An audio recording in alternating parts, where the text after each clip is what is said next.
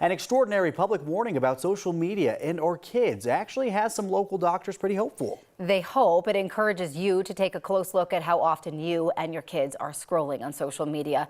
Anusha Roy is following this story. And Anusha, are parents right to be alarmed by these warnings? You know, if anything, it's a good time to make some changes and really take a close look at what that screen time looks like in your family. We've been looking through the Surgeon General's warning and talking to experts over the last couple of days to give you a little bit more context about this.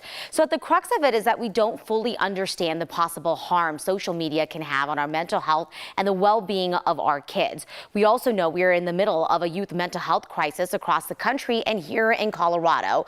So Dr. Sandra Fish with Children's Hospital Colorado says while we can't say social media and screen time is a cause, there is a correlation. There's so many long-term conversations, like if the government needs to create age-appropriate health and safety standards. But in the meantime, what do we do right now? Well, Dr. Sandra Fish said that first we need to understand what happens when we spend too much time glued to screens.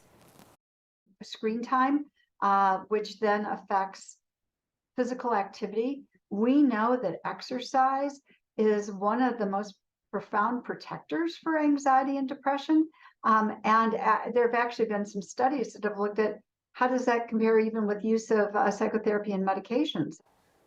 So another big factor here is going to be the impact on sleep. Dr. Fish said the key, though, is balance, right? You can consider going on a family walk for 20 minutes with no screens. Dinner time could be screen-free. There's also a website called healthychildren.org for a family plan to help guide you through this. It's actually very helpful, very easy to use.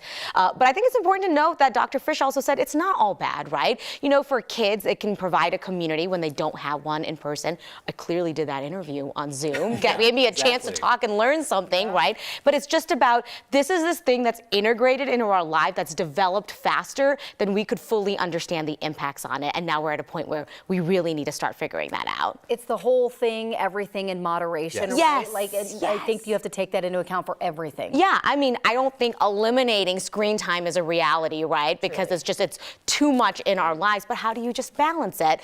And that makes it less scary, right? Do it as a family. It's less daunting. And using it appropriately. Exactly. All right, Anusha, thank you.